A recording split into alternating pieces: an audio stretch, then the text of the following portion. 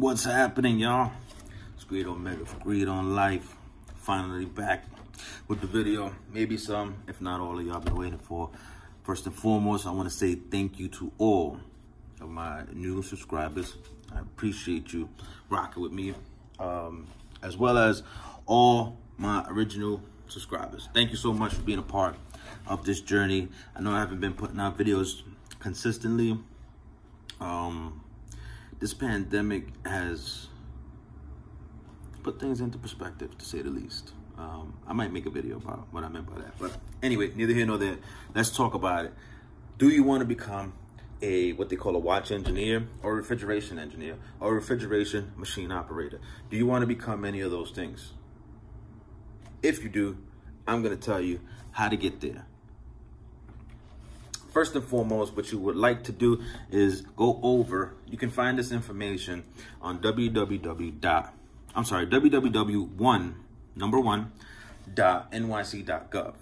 And you want to look for what is titled the Q-01 examination for Certificate of Qualification for Refrigeration Operating Engineer, the Q-01. So this is what pretty much everyone in New York City that runs what they consider to be a chiller, we have to have the certification. Otherwise, they can't hire you. It's by law, as per the fire department, that anytime we have this sort of equipment, we have to have someone that is trained in that field.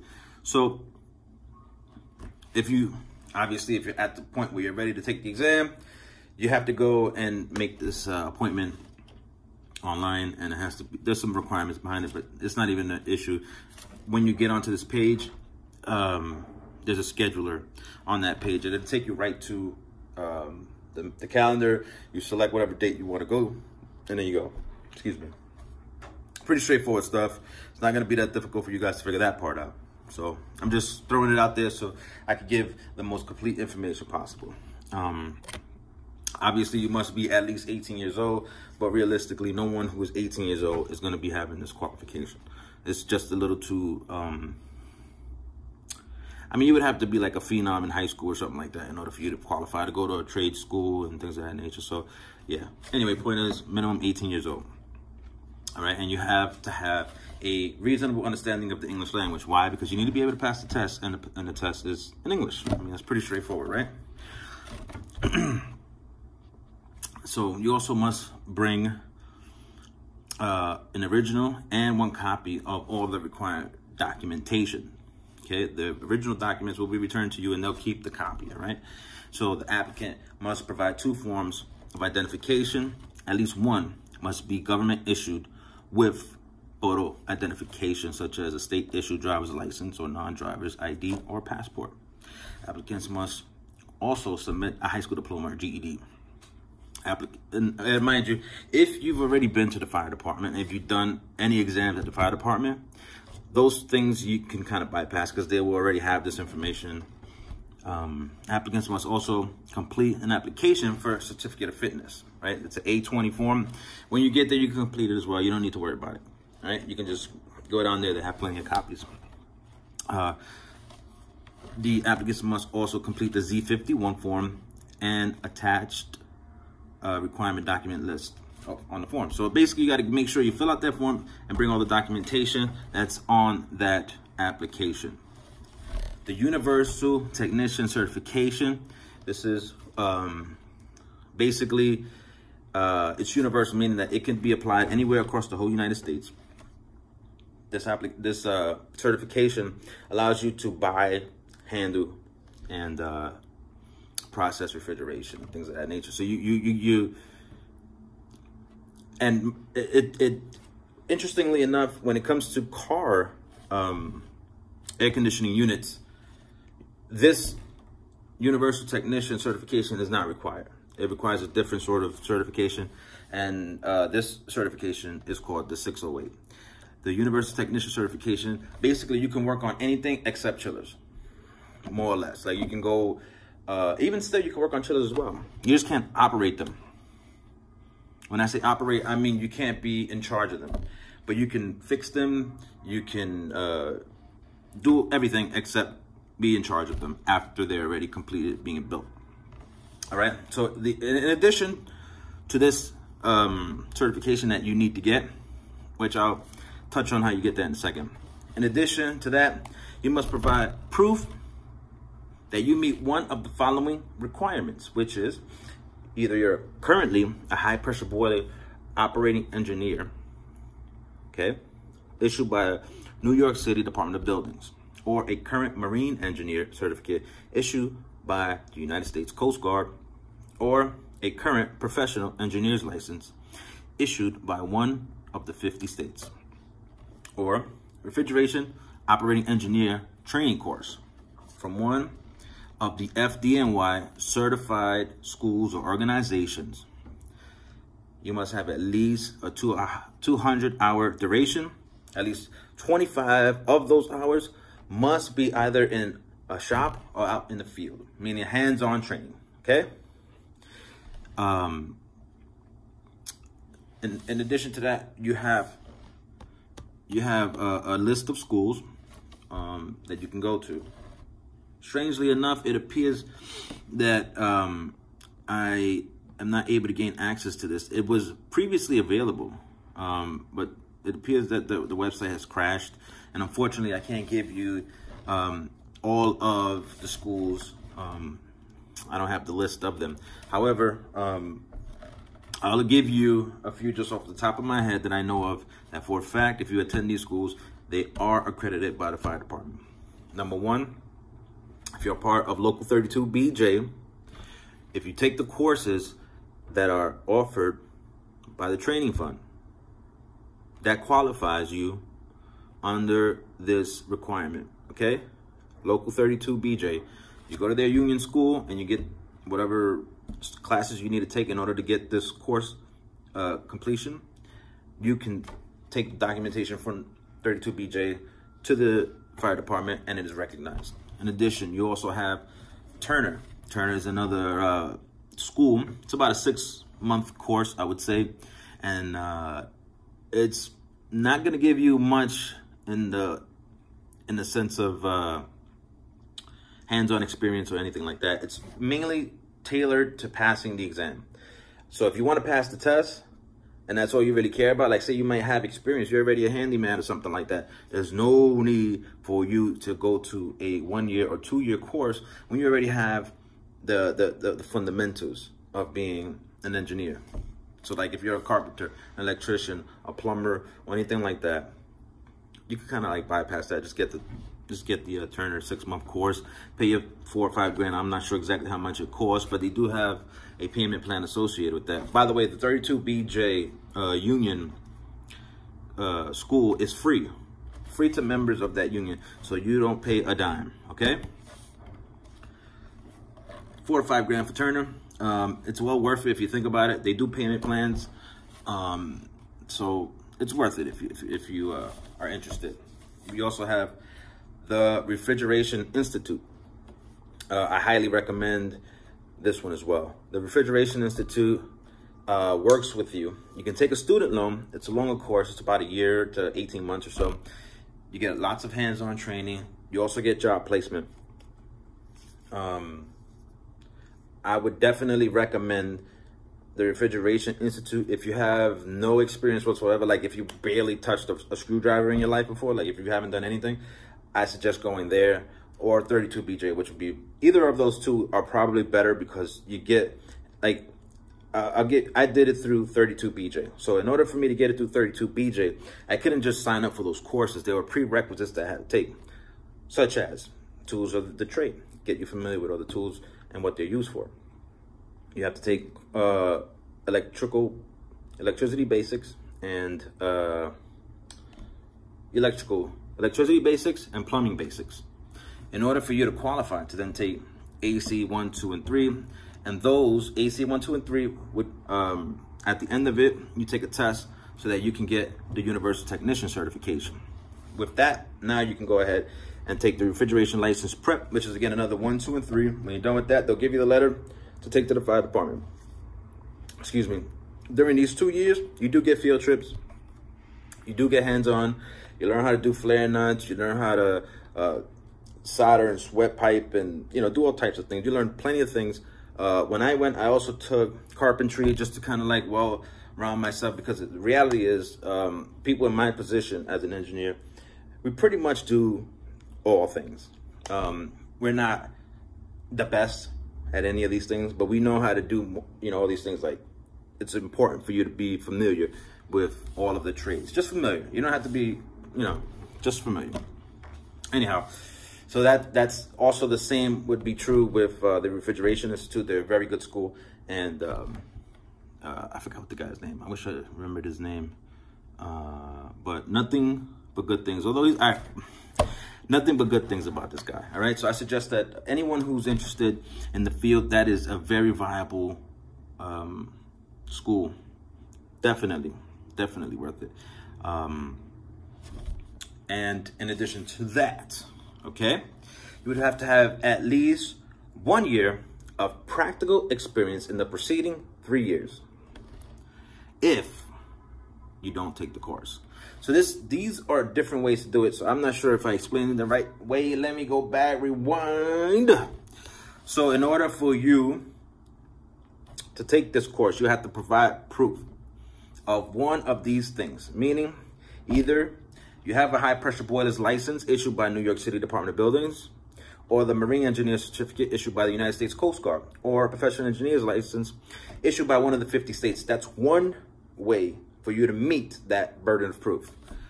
The other, you go to one of the schools that are listed from the accredited schools. I'm sure you can find the whole list of them, but for some reason it's not being pulled up on this website that I am attempting to look up. This is the website that I gave you, and previously it would redirect you to the list, but for some reason at this point it's not working. So that's one of them. And then the third and final way that you can meet that criteria is at least 1 year of practical experience in the preceding 3 years. So between now 2021 and 2018, you would have had to have at least 1 year of experience. When they mean by 1 year experience, if you are a helper, that is considered to be that, because obviously you cannot be a refrigeration engineer until you get the license.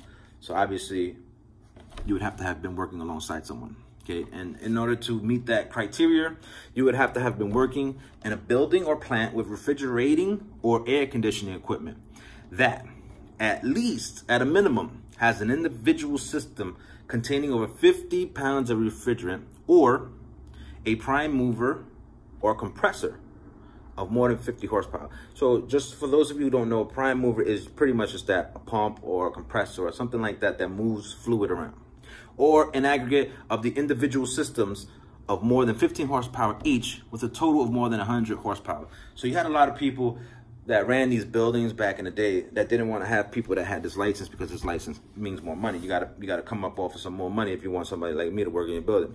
So what they did was they would have these smaller horsepower units. So in order to combat that, they said you can't have more than 100, right? So therefore, if somebody has 95, they're well within their legal rights to not have somebody with a refrigeration license to run these equipments, because it's not required by law. Okay? Because there's not one that's over 50 and they're combined not over 100. Okay?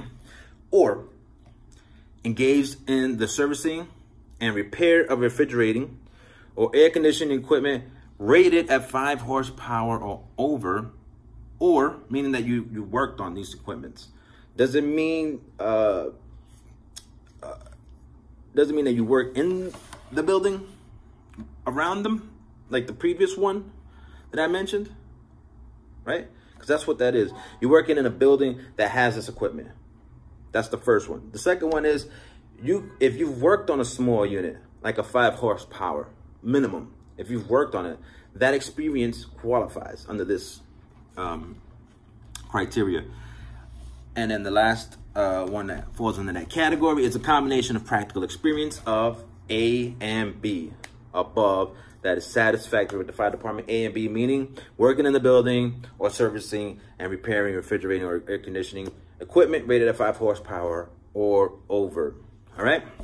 So I know this is long and boring, but hey, this is going to be the minutia. We're going to get this out the way. So that way, when I come back with the next video talking about specifics, we have this all taken care of and you guys can just go and take care of your business. So here we go. The application and practical fee, you got to pay $60 for the application. And that's for the initial exam. Just so you know, there's 2 exams. One is written, one is practical. So the $60 is for the written. The practical is $225. It's a fee paid in person by credit card, debit card, personal, or company check. Any of those systems that are considered to be credit will be charged a 2% fee for convenience, apparently.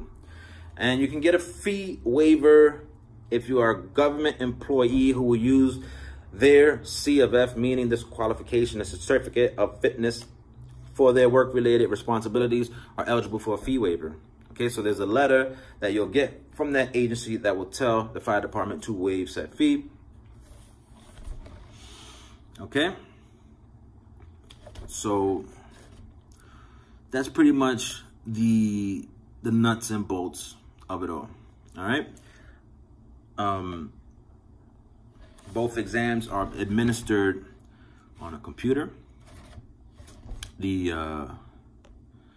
written exam is considered a written exam for some reason, but it's not actually it's not actually written, right? Because you're on a computer, so it's a computer test, and so is the other one, but it's just a different kind of thing. Like the second test, they consider it a practical. I can't say it's a practical. I mean, it is a practical because you do try to identify and run the system and shut the system down and all that stuff. So there is practicality to it, but it's not like your previous.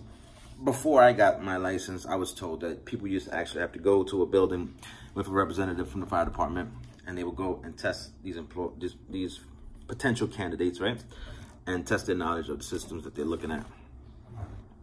And by the way, most systems are very similar.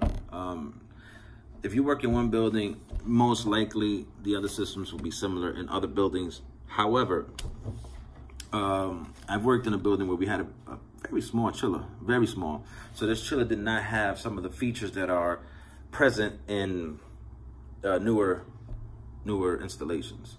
So, you know, currently now we're putting in UV lights to combat, you know, COVID-19 and things of that nature into our fan chambers. We're also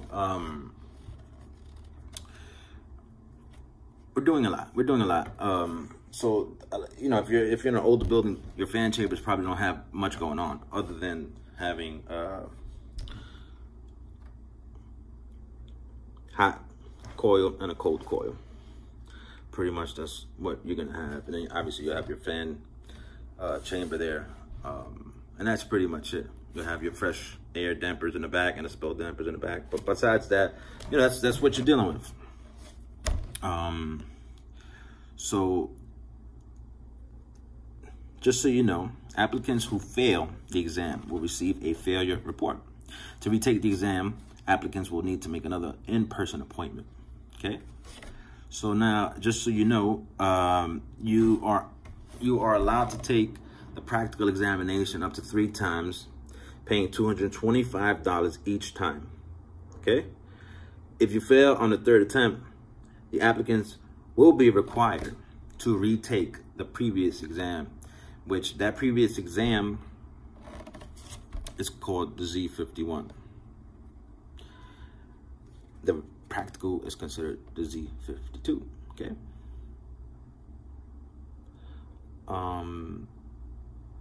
We also have, when you pass, you get your Q99, and your Q99 is a letter. It's a letter, it has your picture on it, it has the qualifications on it. It will say a little message that, you know, you passed your exam, satisfactory, X, Y, and Z. This letter is renewable, and it is used to apply for work. It is exactly the same as the Q01. It's just the Q99 because there is no work location. When you get into, like, you get hired at a building, when you go to the building, they'll give you a letter. You go to the fire department, you take that letter in, and then they'll give you the ID card. I may have Let me see if I have it. I'm gonna take a look to see if I have the card so I can just show roughly what it would look like. I'm gonna cover this up a little bit. Jeez, I gotta cover up a lot of it. Basically, it looks something like that. Something like that. I'm covering everything up. Looks crazy. But anyway, yeah. Basically, it looks just like every other certificate of fitness. Not much different, all right? It'd have your current address on it. It would have the address where you work at, and the actual, the qualification that you have. So this would be a Q1, but reality, it's no different than the Q99. Because when I got this, I didn't get a raise or anything like that. It's the same thing. The only difference is that one is a card and the other one's a piece of paper, but same thing. In other words, they don't, doesn't matter. Same thing. Okay, because there's funny, like the things that people say. In the field, you have some guys that will try to trash talk some of the guys that don't have the Q01, because sometimes the employers, they don't want to give people Q01s. They just want them to work with the Q99s since it's legal to do that, right? So a lot of times you find some, and also, by the way, in order for them to do that, there has to be some other foolishness happening, okay? And I don't even want to get into that because, whatever. But yeah, ultimately, that's what happens. You get your information, you take it, then you get a card. Simple. And by the way, when you let's say you get a second job, which by all intents and purposes, if you get an engineer's job, you probably don't need a second job, unless you decide that you want to move, out of state or upstate or one of the more affluent areas within the city. Then you might need to have a second income, but if you did, you can only have one extra job because you would have to be able to work at one location and it not conflict with another. Okay?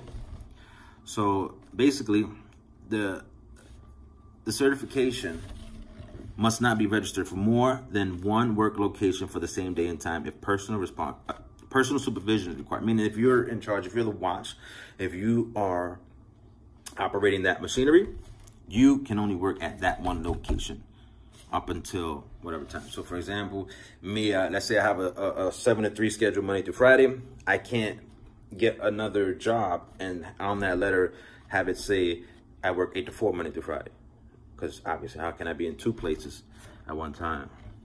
And yeah, you have to verify this. So you just small things. Obviously, this is going to be far in the future when you do get your things all situated. You may want to indulge in another job. We always get opportunities, and like, for example, let's say I'm working a job right now.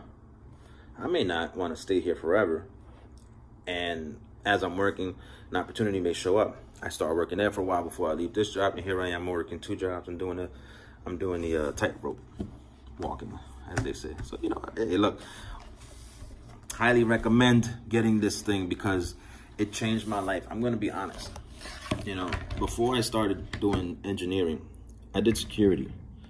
And I did security for many years. Many years. And what I noticed, I would say probably the thing that I thought of the most is that while I was working security, I was the face of the building. People walked into the building. Here I am. I was right there, the go-to guy and all that stuff, right? I became a fire safety director. I was rocking that. Everywhere I went, I always excelled. I'm not tooting my horn. I'm just saying it was very rare the time when I went to work at a location where there was any sort of upward mobility that I didn't achieve. So if I went to a location and we had supervisors, I made it there. So for example, I can't say my first, by the way, my first security job, I made $6 an hour back in 1999. Kind of old. But anyway, I made $6 an hour. However, I moved on. When I got to a site, I was working at the Department of Human Resources down in Brooklyn, 250 Livingston Street. And I became a supervisor there as security. I moved on beyond that. I worked at Yankee Stadium. I worked in various locations. Anyway, the point being is that had I maintained that same career trajectory.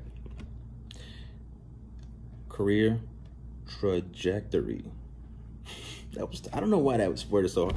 Career trajectory.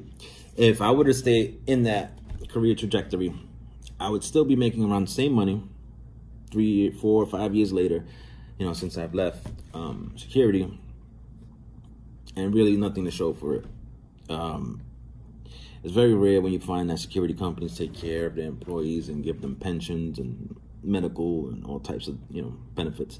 It's very rare. And if you wanted to do something, it's like, say you want to become a fire safety director, it's all dependent on the place you work at. Because you could be working somewhere and, you know, you don't get along with anybody. Good luck trying to get a letter to get a fire safety director certificate of fitness. Good luck. You know what I mean? The truth of the matter is, if you want to achieve these things, you gotta play the game. It's like every day you go to work, you got to put on that mask as a security guard and be what people want you to be for 8 hours or more. If you can't do that, then you're not going to make a good security guard, and you're not going to become a fire safety director, because it's going to be rare that somebody's going to give you the chance just because it's the right thing to do. It doesn't really work like that. I'm just being honest. In my experience, you would have to be favored within the organization, or at least you would have to have no bad interactions for the most part, you know, in order for you to get that opportunity, because they know that it's a big opportunity. You're talking about when I started working at, I don't want to name the location, but I started working at that location and they had fire safety directors. I didn't have any experience or anything like that. I was making $15 an hour. Actually, no, that's a lie. I was making $14.50, while the fire safety directors were making $20 an hour. So, you know, when I saw what they were doing, and I liked what they were doing better anyway, they were at the front, they were interacting with other people, I switched over. I became an FSD within 6 months of me landing at that location. Once I saw that it was possible for me to move in that direction, I went straight away, boom, got my course taken care of, straight away brought it to the managers, and I told them, hey, this is what I want to do, blah, blah, blah. I stood on them, and eventually they gave me an opportunity. And probably also the fact that I had known someone that worked at that location prior to me working there. Like when I went to go interview at that location, the guy who worked at the lobby was somebody that I knew already, and he was a fire safety director. So it just kind of like, I guess things just kind of fell into place. But I'm just giving you my perspective. When you go and work in these situations, you got to try to win people over so that they'll do something that I guess you would say they should do, period, right? Because if I'm qualified, you shouldn't deny me an opportunity, even if you don't like me, right? That's the way it should be, right? You shouldn't, your opinion of me shouldn't dictate whether or not you do what's right. So, you know, I guess that's neither here nor there. Let me get off the soapbox, right? Talking junk about people that did good things for me. But anyway, yeah. As I was a fire safety director, I would see these engineers walking around, and there I was stuck at that table. Nowhere to go. 12 hours a day, sitting at that table. And I sat there, and I saw these engineers making good money, making twice what I was making. Twice what I was making. And there was nobody watching them. Nobody was giving them a hard time, nothing like that. These guys were just enjoying their life. So I spoke to them, I asked them how they did this, and every day I would constantly be talking to these guys. As I was going through school because I did go to the union school for engineering. I was so invested into it. I was bringing my books into work to study every single day. People would see me and they would be proud of the fact that I was studying. They was like, wow, good for you. Because they know that most people in my position didn't think about tomorrow. They were just satisfied with where they were, which is fine. You know, I'm not telling you that you shouldn't be happy with what you have. All I'm suggesting is that if you want more than what you have, and especially if you're doing security, give engineering a serious look or a serious consideration. Because what I can tell you about my short time as an engineer is, I feel like if I say stuff, it's going to sound like I'm bragging. I don't want to brag about it, but I'm just saying that a lot of the things that people need in life, I was able to obtain them because of this opportunity that I'm currently living through. Going on vacations, right? It's like a normal thing. I think everybody should be able to go on vacation, go to Six Flags here and there, or take your family to the movies, or get something to eat. These are like normal things that everybody should be able to do. But on a security guard's salary, it's kind of difficult to put those things together. And, you know, once you throw family into the mix, it's a whole nother ballgame. And this is what I'm saying. All of y'all people out there, okay, if you are a security guard in New York City, okay, if you are a security guard in New York City, hear me out. You are giving up a huge, I am just so, get your fire safety director certificate of fitness now. Stop bullcrapping. Take yourself over there, get that taken care of, and go snatch that $20-something an hour job now. Right now, we're in the middle of recovery from this pandemic. And believe you me, there is so many jobs out there. Don't wait until the guys that got all this experience that's BS and collecting unemployment come back, because they got experience. They're going to get in. You guys that got no experience, y'all need to go rush right now. This is the perfect opportunity for you. And the same is true for those of you who are lucky enough to get a certificate of qualification for engineering. If you're lucky enough to obtain one of these, believe you me, you will be flooded with job opportunities. Job offers come left and right. So with that being said, thank you all for taking the time to watch my video. I know that it's kind of lengthy here. I'm at 30-some odd minutes, but I haven't been around. I haven't been dropping regular videos. So I figured, you know, you guys could watch it in bits and pieces if it's better for you that way. I don't have the I'm going to be honest. I don't have the time to really get into it yet the way I would like to with this YouTube stuff, being able to chop up my videos and everything to make it a little bit more digestible, kind of like the what's that guy's name? DJ Vlad, where he does an interview and then he drops clips of it. I would like to be able to do something like that with this long video, so that way it'll be a little bit more digestible for those of you who don't have 35 minutes to listen to me talk junk, right? So anyway, thank you. Peace and love to everyone. Make sure you leave a comment so we can clarify any misunderstandings that we have in this video. Like it, please, and share it, please, because these are the type of informational videos that need to get passed on, especially to all my brothers and sisters living in poverty. All right? I'm trying to help as much as I can with any kind of information that I get, because I know coming from 183rd and Morris in the Bronx, all right? I didn't come from a silver spoon. I didn't have anything handed to me, okay? I had to work hard for every little bit that I got in life. So any kind of help that I could give to any of y'all out there, I am more than willing and able to do that, all right? Once again, this is Greed Omega for Greed on Life. And this video was about how to become an engineer in New York City in 2021. Take care, y'all. See y'all next time. Peace.